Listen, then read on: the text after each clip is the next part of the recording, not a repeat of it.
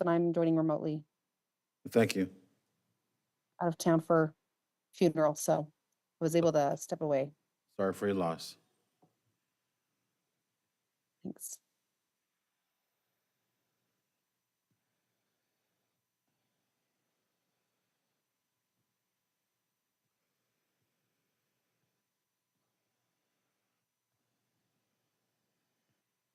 Good evening. I'd like to welcome you to the Albany City Council Joint Budget Review Committee meeting.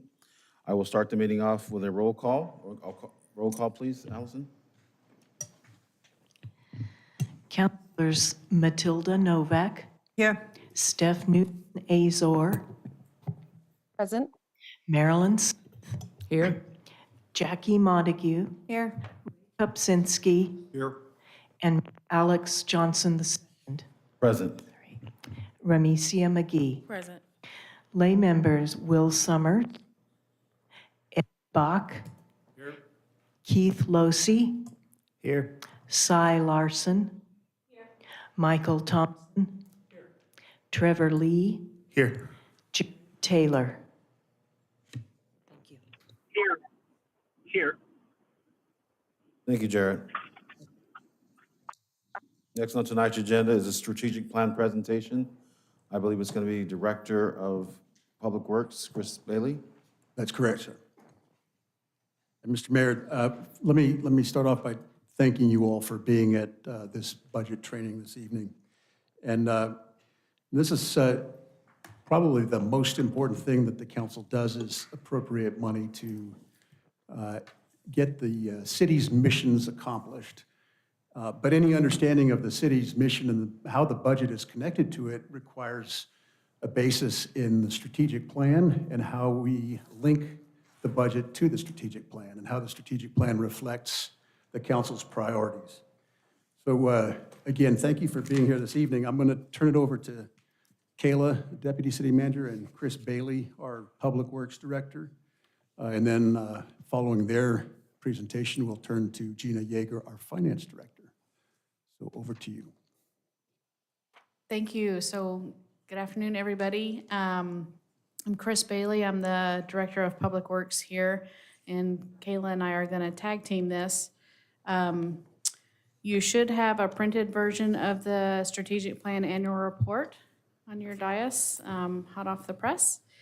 And first, I'm going to go through an overview of some highlights of the annual report. We will not be going over it in great detail, but please, if you, in your spare time, review it and have questions, feel free to reach out.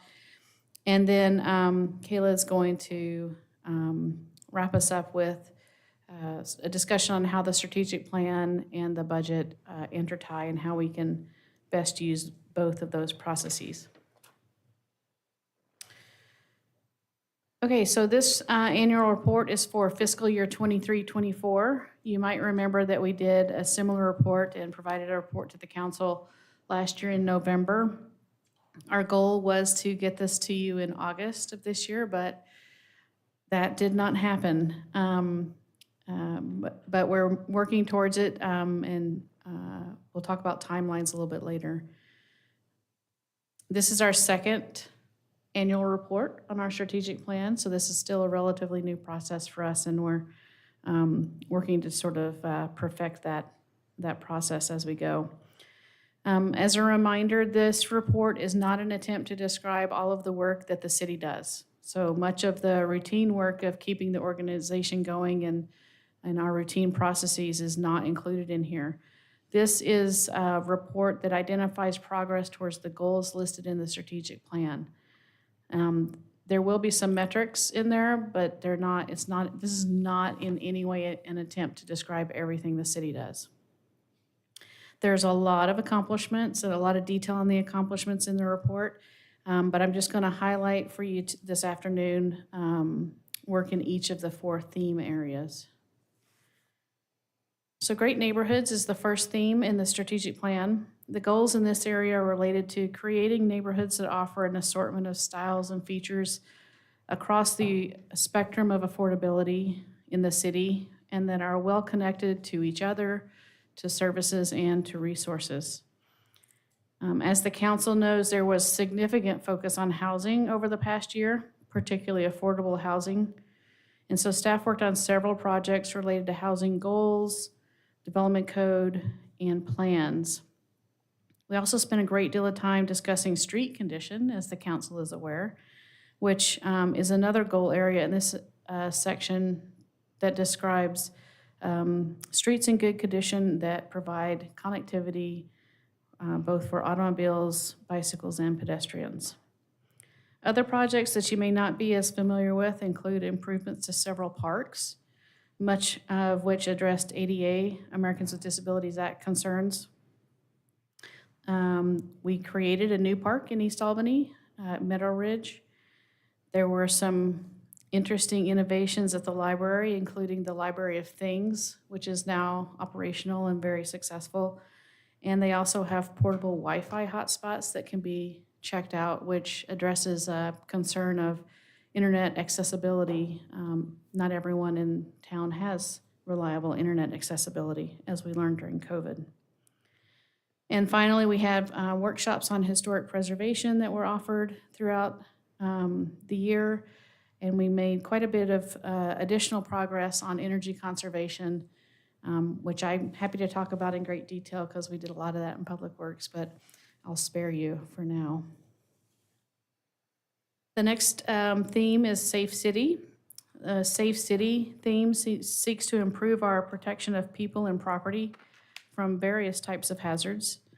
Significant highlights over the last year include the creation of a substation in East Albany as a response to a high volume of police calls.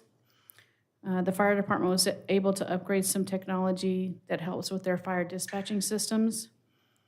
In Public Works, we completed a 20-year water master plan, which includes a resiliency analysis and ensures adequate supply of water for the next 20 years.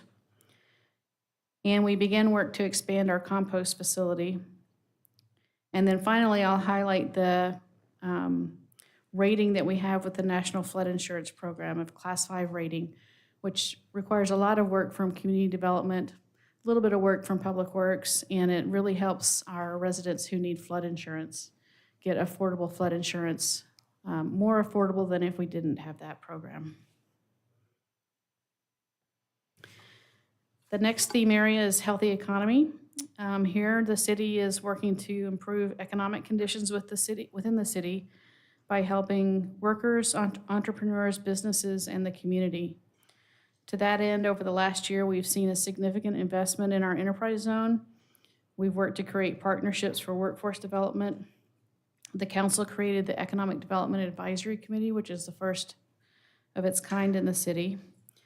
And then, of course, we were able to complete the construction of renovations at Monteith Park and open the park this summer, which is the capstone project, as it's described in the Cara Urban Renewable District, and invites a lot of investment and attention downtown. The fourth and final strategic plan theme is effective government, which really touches the daily work of all of us who work at the city as we maximize our limited resources, capture efficiencies, and practice good stewardship of public funds. In this goal area, we're highlighting almost $10 million in state and federal grants and other funds that we've been able to receive or at least get awarded to the city over the past year, and those will leverage local funds for several different types of projects that are described in the plan. We've also seen further implementation of technology that continues to build efficiency in our processes, and the finance department was able to create a stabilization fund, which offers a buffer to potential economic downturn in future years, and I'm sure Director Yeager can talk about that some more if you're interested. And then the last goal in this section is community engagement. We've worked on community engagement a lot over the past few years. We've had to migrate our website. We've done a lot of participation in community events, particularly educational events, as well as recruitment opportunities. And then I'll point out that one of the areas we're working on is improving our accessibility under the Americans with Disabilities Act, which is not just in physical structures, but it's also in information sharing and community participation and involvement. So an example of this is this PowerPoint presentation was built using new ADA accessibility guidelines. So we're going to test and refine this PowerPoint format, and once we get it completely figured out, it will become the standard for city presentations that will be accessible and usable by the disabled community. So with that, I'll wrap up. That's the end of the strategic plan annual report. And I know you haven't had a chance to really digest it, but if you do have questions, please feel free to reach out to us. We'd be happy to address those. And I'll turn it over to Kayla for next steps. Thank you, Director Bailey. And thank you to all of you for being here tonight. It's lovely to meet all of you who I have not met in person yet. But we did want to take a few moments to talk about next steps in terms of the strategic plan, because we've been working with the strategic plan for a couple of years. And so really it's now time to kind of assess, look at how we can enhance that moving forward, and really how we can better relate it to the budget. If you want to move forward, thank you. So here you will see an overall timeline, should be familiar for some of you in regards to the development of the strategic plan. You will see there that it's broken into the 2022 to 2026 strategic plan. That is the plan that we are operating under right now. Some key dates that I want to call your attention to is you can see right here, October 2024, where we are checking in on that annual report.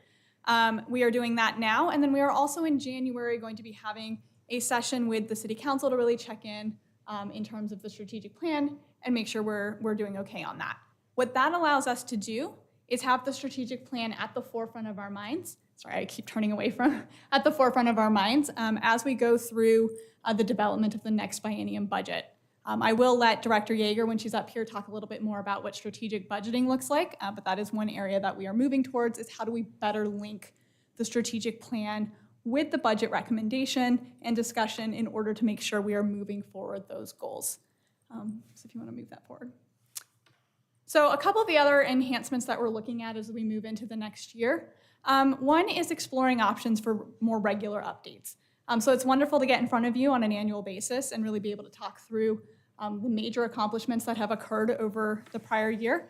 But as Director Bailey indicated, there's a lot of stuff that's packed into that report. We're currently looking at options to allow for a more regular update to you, probably on the quarterly basis in terms of what accomplishments we're moving forward throughout the year. So more to come on that, but do expect that we're going to give those more regular updates starting in 2025. The other big piece here is that strategic budgeting approach that I did mention before. And that is really all about understanding that the strategic plan and the budget are two pieces of the same process. It's a continuous cycle in which the strategic plan supports where we prioritize funding and where the budget helps us execute on that strategic plan. So you are going to start seeing us having a lot more language around strategic budgeting and really pulling that into our process moving forward. And with that, I think we're ready to turn it over for any questions. Council, commission? I do too. Thank you. We wanted to do the update here with the Budget Committee because we want to start making that tie between the strategic plan and the budget. So I appreciate your time tonight with this larger group. I do like the concept of strategic budgeting. I think that's great. It's going to be beneficial to us going forward, so thank you. Are you driving that process, or who's? We're working very closely with the finance team on looking at options of how we incorporate that into our budget process, so it's a development piece. All right, thank you. Any other questions? Just a comment, I like the quarterly updates coming next year. That's going to be very helpful. I had a quick question. I know that there are a few members that are due to the Budget Committee. And I'm wondering if there are any additional resources. I remember when I started on council, it was kind of like drinking from the hose, especially understanding how the format of the budget is. Are we able to offer any additional training to those that might be new? I know there are a few people where this might be their very first time sitting here on the dais with us. Yeah, so actually in the next presentation, I believe that Director Yeager is actually going to specifically note some of the trainings through the state to help people better understand our budget. But I believe in talking with them, any of us would be happy at any point to sit down if you need an explanation, need a little bit of clarification. That is something we're always happy to do. Well, I know that LOC offered budget classes locally. I think I went to Salem for mine when I first joined council in 2019, and I did an update in 2022. Is something like that going to be, we'll check when we go to. It is available now. You can schedule yourself for that training either with the Department of Revenue or with the League of Oregon Cities. And what Director Yeager's training is meant to take that and tailor it specifically to Albany. Because of course the state training is applicable to all districts, special districts, counties, all public jurisdictions. And Gina has tailored it down to the city of Albany specifically. Thank you, Peter. Any other comments, questions? Thank you very much for your presentation today.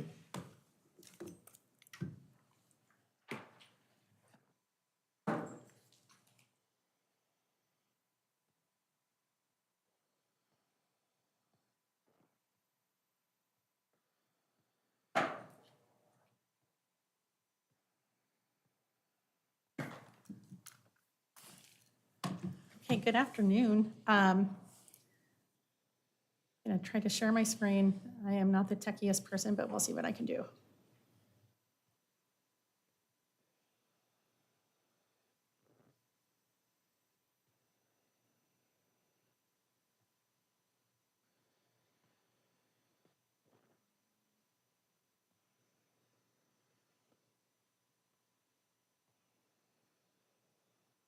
Okay, thank you.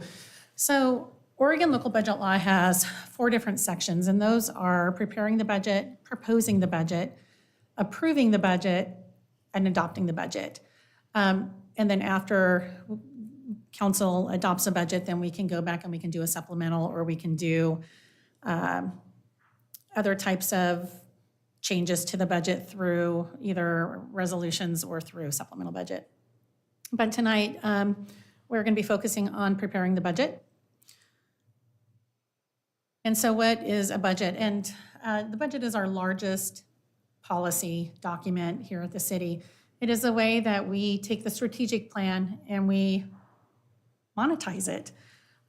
It's a financial plan that contains estimates of revenues and expenditures for a single fiscal year or a biennial budget period.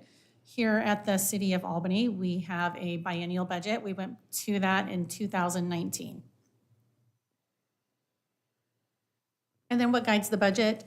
Council priorities is set by the strategic plan. Capital improvement program, each year the budget committee will hear about the capital improvement program, and then that gets approved by council also. State rules and laws, specifically local budget law. Department of Revenue has a lot of rules in place that we have to follow. And then the Government Finance Officers Association, best practices. That is kind of our overarching association that we as government finance people follow. Oops, I went back too far. Okay. Okay, so the strategic plan aligns financial resources with the city's long-term goals. It is how we identify our key priorities, and then it provides us a framework for discussion. If there's something that comes up and we want to take a look at, is this going to be more important, or is this more important, and council decides what that is, then we're going to fund that. We're going to use those priorities to help fund those programs. And then as Kayla mentioned, we have the strategic budgeting cycle. This is how we put this into motion. And this cycle is not just a beginning point and an ending point. It is a cycle. You know, we review it and we look at it and we continually look at each of these different pieces. This starts with engagement. And the way we do that here at the city is we find out what people want through the community surveys that we do, and then also community engagement events. When we're out there and we're hearing people what they think that we need to be working on, people who are complaining about this poor quality streets in their area, or people who maybe want other improvements to different places. And then that moves into the plan. So we have our strategic plan. And then from the strategic plan, each department does their operating plans. And then we also, the supporting plans that help us get the actions taken care of that we need. As Director Bailey mentioned, one of our actions in finance was to establish a stabilization fund, and we were able to do that. And we had our supporting plan in place that helped us reach that goal. And then we outlined the measures of success. And then we actually do the budget, which is our largest policy document here at the city. This is how we get those priorities done. And we have a biennial budget. We also look at long-term models. We're going to be doing more of that type of forecasting so that we can better understand what our needs are going to be out there. And then once the budget is adopted, we can execute that. We can implement those programs that the budget committee, the council has wanted us to go do, and we monitor and we adapt as needed. And then we continue on, we engage again with the community to find out what's working, what's not working, and go through that whole cycle again. Okay, so budget basics. Who's involved in the budget process? There are lots of different parties who are part of this. The Oregon Department of Revenue, local budget law, they are telling us how we need to do certain things. They tell us how we need to budget. They tell us how we need to, they can be very specific in certain things they tell us about the budget committee, who the budget committee needs to be comprised of. They provide lots of different books. We have the basic budget book. We have local budgeting in Oregon. It's all available on their website. We also have certain forms we have to complete, like the LB50, which is we complete that and turn it into the clerks, the county clerks, each year, because that is how we let them know what our tax levy is going to be, as well as if we have bonds or anything else like that. Secretary of State Audits Division, they want to know that we're being audited. We are required by law to be audited on an annual basis, and they check in on that. And then again, the county assessor, tax collector, treasurer, clerk, all of those play a part. We get our tax rates from the from the county assessor. They let us know what monies we're going to be receiving for property tax revenues. The tax collector gets those monies and then forwards it to us. And then the clerk is where we turn in our documents to let them know what our tax levies are going to be. And then DAS, which is of Department of Administrative Services and Revenue Sharing. We get money from the state for cigarettes, for alcohol, for marijuana, and then there's a more general state revenue sharing category. And so they are the ones who determine that. It's based on our population. It's based on whether or not we have any sort of limits to who can be doing. If we had, we wouldn't be getting marijuana money if we banned marijuana shops in town. So they administer all of that.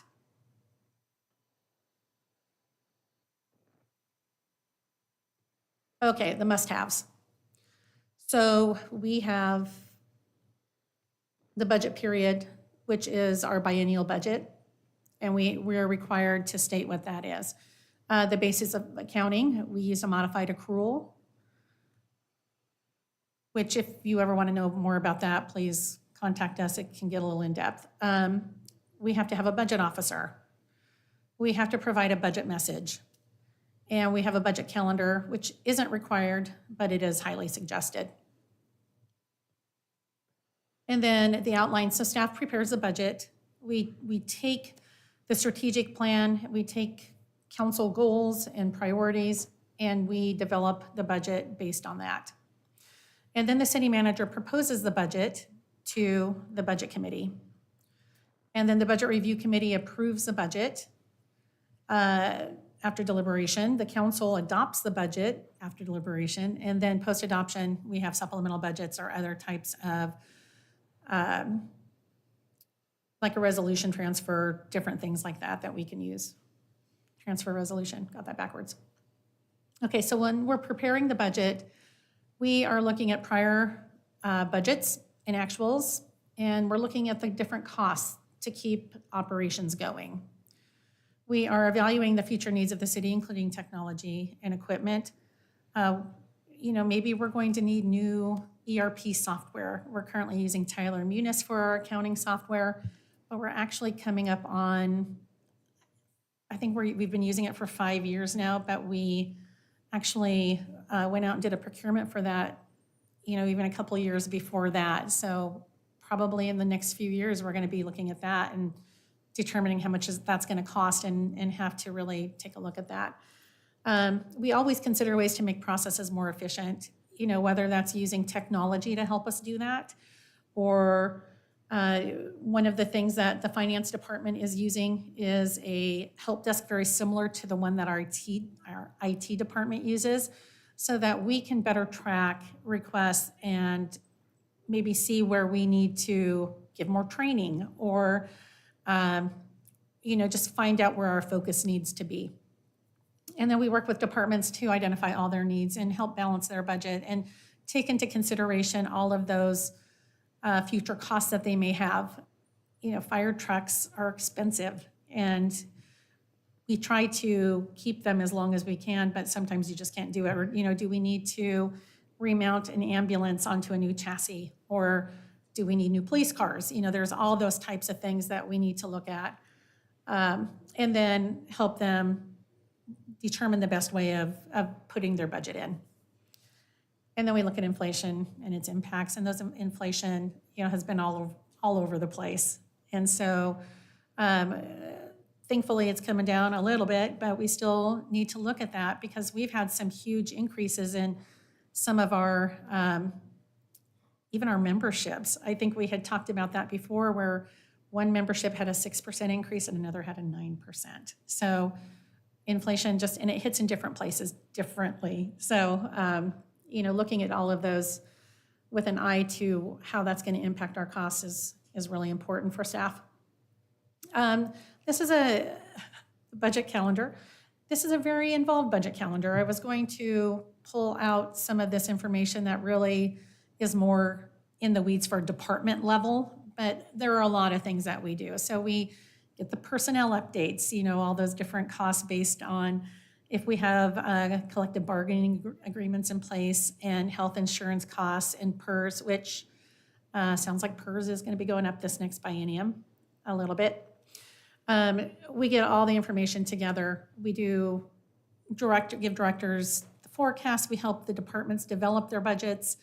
And then we meet with all of them to see how their budget fits in with the overall budget of the city as much as we can.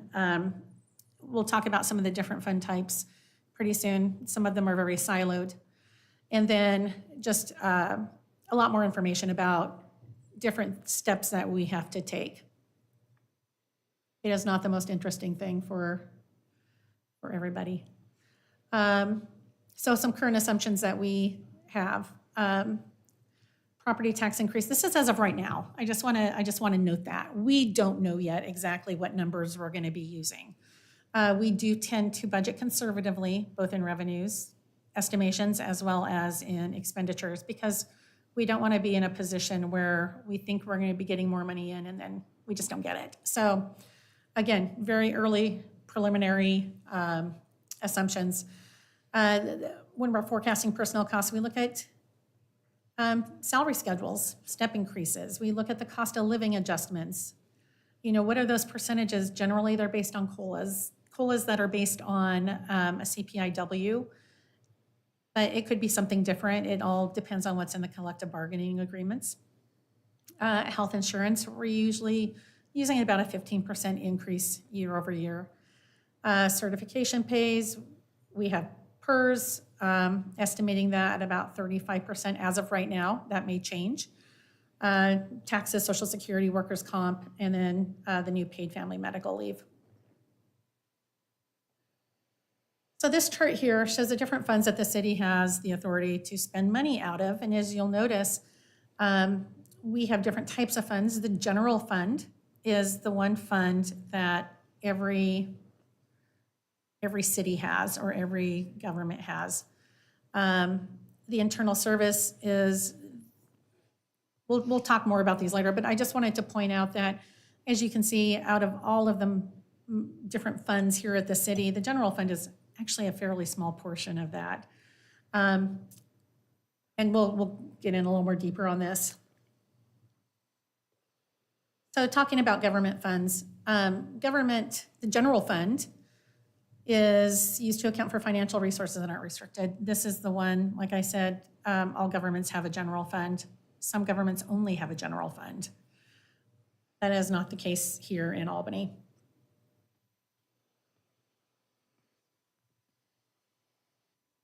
Director Yeager, a question. Yes, The general fund is where property taxes go, is that correct? correct. Thank you. So what's included in general fund? So we have, dang it. Okay, so what's included in the general fund? We have several programs. We have what's called an administration program. That's basically non-departmental. Local budget law does not let us call it non-departmental.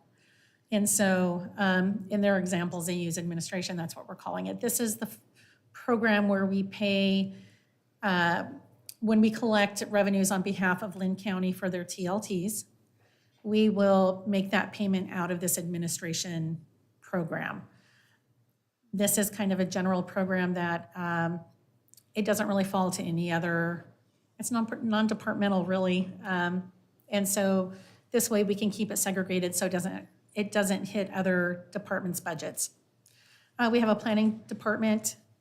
We have the police department, municipal court, the fire department, and the library all reside within the general fund. Revenue sources are property taxes, franchise fees, privilege taxes. We have intergovernmental monies that come in there.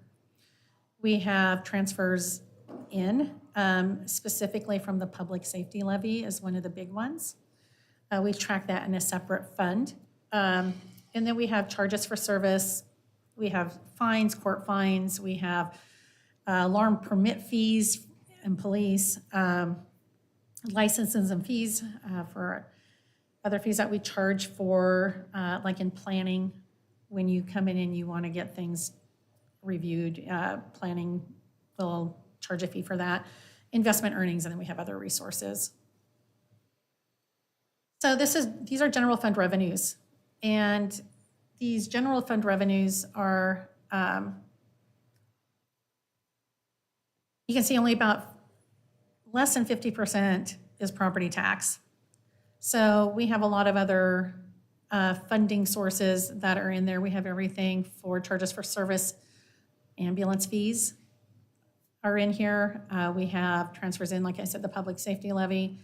We have franchise fees, privilege taxes, and intergovernmental revenues that will come in there too. But again, the property taxes is less and less a major funding source in the general fund. So some people may ask about city services fees, which we implemented back in the last biennium. And so what we collected over that biennium was we received $5.9 million in revenues from that. This low income assistance program is not the most up-to-date one. I haven't received that one yet, but this about $20,000 goes towards that. And we had 268 households that were participating in it at one point. I think that amount actually had decreased for some reason, but we were trying to get communication out there so that people were aware of it. And I think we were doing that in a variety of methods. And we've talked, I think council had talked about that recently, about how to get that information out there. Special revenue funds. So we have several special revenue funds, and these are usually where we have resources that are restricted or that are legally required to go to a separate fund. We can have better accountability and transparency so that we know that we're using those funds the way they're supposed to be used. So we have parks and recreation, we have building, the public safety levy, streets, transit, economic development, grants, risk management, and capital replacement. Each of those have their own funding sources, and They include intergovernmental, federal, state, and local. We get, especially in the grants fund, that's where we track the majority of the grants that we receive. You know, everything from the ARPA funds that we receive. We receive money from the Department of Justice. We receive funding from a wide variety of sources. And so, again, most of those we track in the grants fund. But we also have some property taxes that go towards parks. We have building fees and permits, charges for service, and then we have some special revenue, special resources. And this one is interesting. So a special resource in this case is when you have funding from CARA to help pay for the work that economic development staff does on behalf of CARA. There is, because it is two separate entities, it's a special revenue. So if you ever wonder what that is, that's what we call that. We have transfers in, we have investment earnings, and then other resources. Sometimes we just get miscellaneous money here or there. Maybe we get an insurance reimbursement for something, then that would go into other resources. We have debt service funds. We are required by the Department of Revenue to have separate funds, separate programs for our debt service, depending on whether or not it's a general obligation, which means that it has gone to the taxpayers and they have voted for that. And those, like for the public safety buildings that we went out for in 2015, we have to track that in the general obligation debt service. The other one that is currently out there is for government debt. It is our PERS bond that will be going away in 2028. Yay.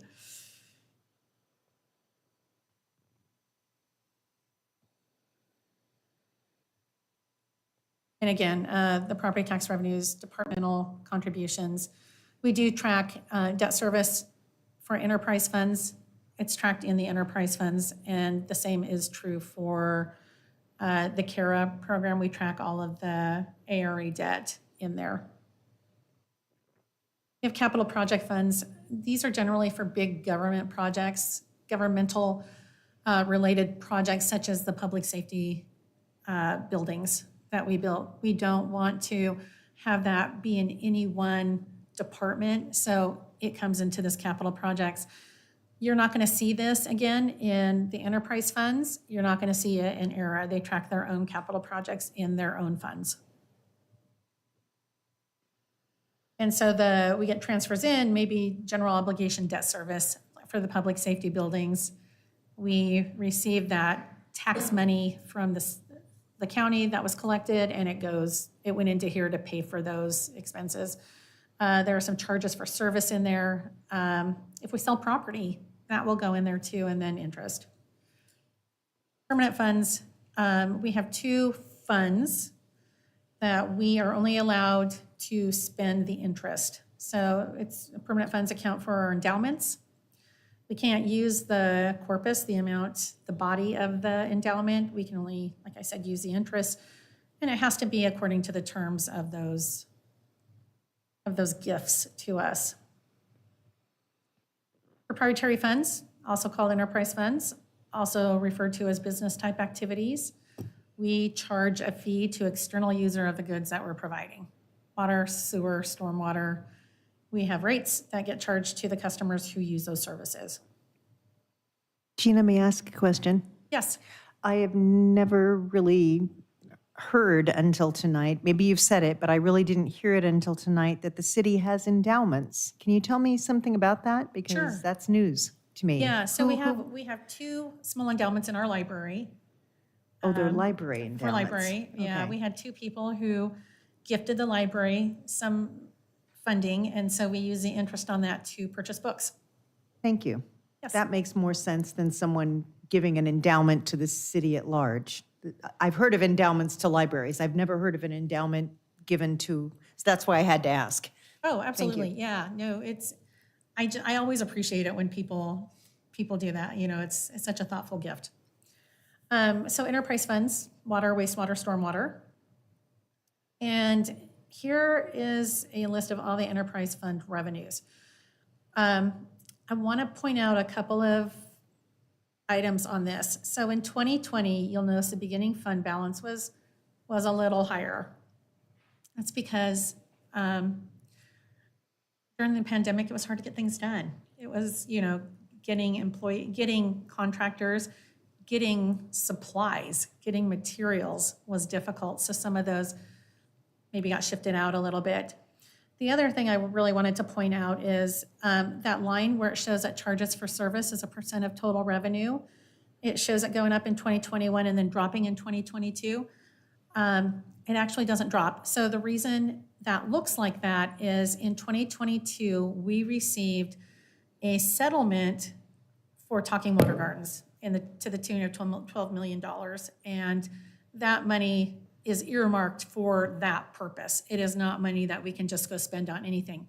If you were to remove those funds from this revenue chart, the charges for service as a % of total revenue actually goes up to 47%.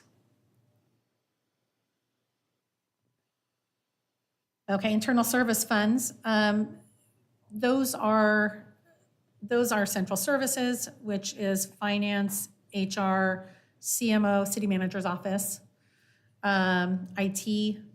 We provide goods and service primarily to other departments here in the city. We pay their employees. We manage their risk. We take care of claims. We help with the hiring process. We do general administration of the city. So we are allocated out to other departments in a variety of different ways. We're looking at how we do that this year and coming up with a new allocation method. Public Works Central Services is the same thing, basically, but it's for the Public Works departments. So if you have engineering staff who is doing work for water, for streets, for stormwater, for transit, their time will get allocated out to those various departments. So as I mentioned, we have, again, that administration, which is kind of the non-departmental. So in our administration for central services, we have things like when we have software costs that are citywide, we put it in there so that we can track that easier, and it's an easier way to show. We have audit services go in there because we're required to have those, so we put those into the admin program. We have finance, which covers payroll and accounts receivable, accounts payable, procurement and contracting. We do all the financial statements, we do the budgeting, we help departments make corrections, we help them do a variety of things, so many things, probably not even thinking all of them. City manager's office, city clerks are in the city's manager's office. We have deputy city manager, we have Christian Dell, the code compliance. He is also under city manager's office. IT has GIS. They have IT. They have those different services that they provide for us. And then human resources. One of the programs in human resources is litigation. So we have if we're having to, or employee relations, that kind of where we're having to pay, we can track things separately in there. And then building maintenance is in the Parks Department, but we consider them a central service because they provide services citywide. And then Public Works, they have their programs, they have administration, engineering, customer service, which is UB, operations administration, and then facilities maintenance and engineering and water quality control. I have a quick question. So is this its own budget outside of everything else, or does that fall underneath the general fund? The Public Works Central Services, Just all of them? Oh, yeah, so these all fall outside the general fund, except for the general fund. So a lot of them have ties to the general fund, but a lot of them have their own budgets outside the general fund. Well, yes. Like police and fire, they have their own service, but that's tied to the general fund. But then Correct. they also are tied to this because they're a service to the city. No, okay, so I think I understand. So central services is more just like the payroll, or not the payroll, I'm sorry, the finance, the HR, IT. We provide services to police and fire. We do the payroll checks. We submit claims if they have some sort of risk management issue. We, when funding comes in, we cashier that or we track that. So they don't specifically, they're not included in central services, but we do charge them central service charges. Does that make more sense? Yes. Okay. So then Public Works and how they fund it. I am not an expert in this area. Public Works has business manager who takes care of a lot of this, and so, and he's very knowledgeable about it. But basically, we're allocating those services from the Public Works central services out to the Public Works departments that use those services.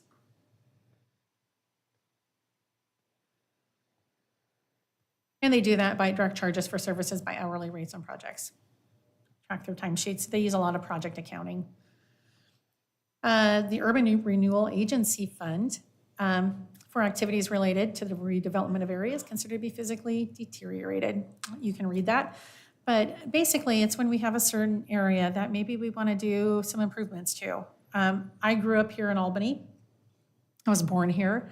I remember what downtown used to be like as I was growing up. I loved the J.C. Penney's because they had a water fountain there that was like the best drinking fountain ever. I loved the water. It was so awesome. So then as I got older, I went away to college. I came back and downtown was a little rougher than I had remembered it being. But, you know, we have this urban renewal district, the Central Albany Revitalization area, that it falls under the Albany Revitalization Agency. It gets a little tongue twister here sometimes. And you've seen all the improvements that they've made. And they can do that in other areas too, where maybe we want to build up the economic area. It can be a good tool for us to use. And we do that through TIF funding, which is tax incremental funding. And basically what happens is you identify an area. You have to get buy-in from different taxing districts, and then you just freeze those taxes at the level at which you establish this district. And then any increases are used for the redevelopment of that area. And then additional funds are investment earnings and then the sale of property when we have purchases there. So one thing I did want to also share is, let me escape this.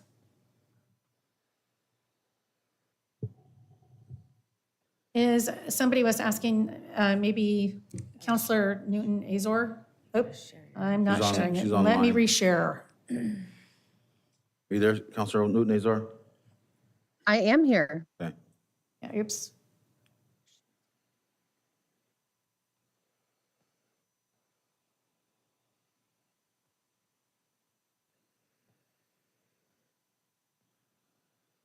And I can reshare, okay. Okay, let's try this one. Okay, so we are always happy to talk about budget with anybody who wants to come and talk to us about budget. We understand it can be confusing. The Department of Revenue has lots of different trainings available. Every year around the March timeframe, they will have a training here in Albany out at the fairgrounds, and it's a really good training. I highly encourage anybody who can attend to attend that. Could you control scroll so these get a little bigger? I will try. Yeah, I believe that this is Sai's first meeting, and I believe also Trevor's first meeting. So is there a way to email these over to them? Because I know that I want to make sure everyone's ready for when we get into budget commission. We get into budget season and really start digging into. We have included those in the Friday email, but we will send it out in a separate email just to draw your attention to it as well. There we go. I meant to send it to the new lay people, Cy and Trevor. Yeah, This is their first- I believe they're on the Budget Committee distribution list, so they should get anything that's sent to the Budget Committee. And the Budget Committee is on the Friday email. You guys receiving Okay, it? excellent. Got it? Okay. But I'm certainly, I mean, if you have any questions about any of these, again, feel free to reach out. I am always happy to, like I said, talk budget. These, and I will send out a reminder to the Budget Committee once I get notified of when the trainings will be. When the Department of Revenue sends those out, I will forward those to the Budget Review Committee so that they can sign up for those types of trainings if they want to do that. If you can attend in person, they do have them on Zoom. They also record all of them, and they're all available out from last year. You can go out there and take a look at those if you want to. They have the budget manual that's out there. There is a lot of information. So I highly encourage people to visit this page if you want to get additional training. But that is about the end of what I have. So I am happy to answer any questions. Just Counselor Kupczynski is first. Just wondering, long-term strategic planning out in the future, do you perceive that there's going to be any inroads from artificial intelligence to help gather some of that information to make more efficient choices? You know, we're still kind of exploring that in terms of the city. There are some, AI is such a Unknown. Yes, thank you.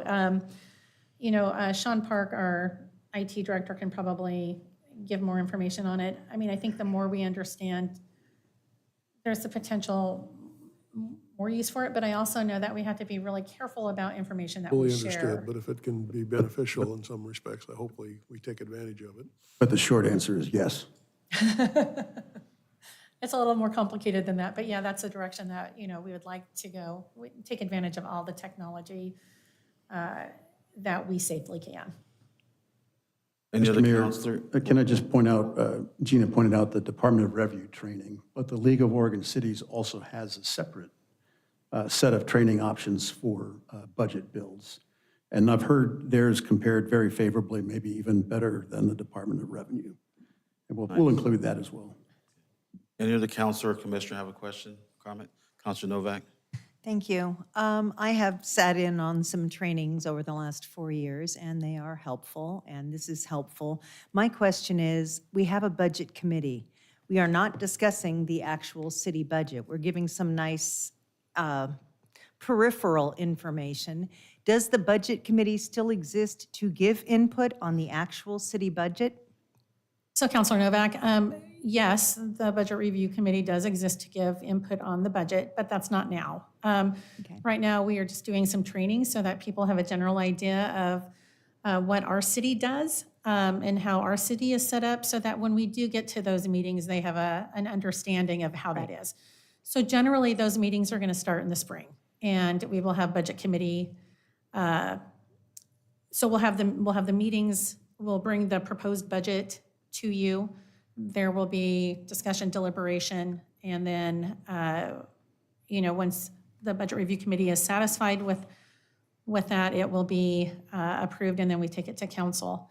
One of the areas that we would love the Budget Committee to really help us with is maybe some engagement. You know, talk to your constituents and find out questions or concerns that they have, and don't necessarily wait until the budget, you know, but bring those forward so it can be part of the larger discussion.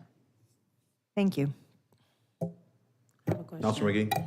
I remember at the last budget thing that we had, it got out late, and it was expected that we had a very quick turnover. I just want to ensure that that's not going to happen again. I know you can't control printing, but just for someone who's new or newish, I just needed, would like a little bit more time to review it all. Absolutely, yes. Okay. So we plan to have that out a lot earlier than we did last year. So, Good. That makes me feel better.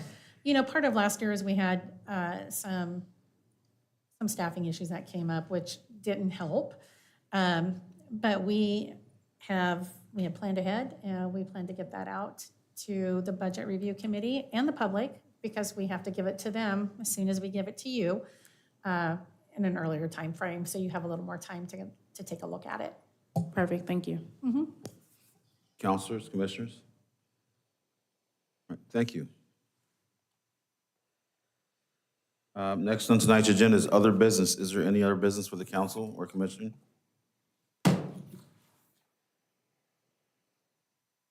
Hearing none. I move to adjourn the meeting at 4:54 PM. Thank you.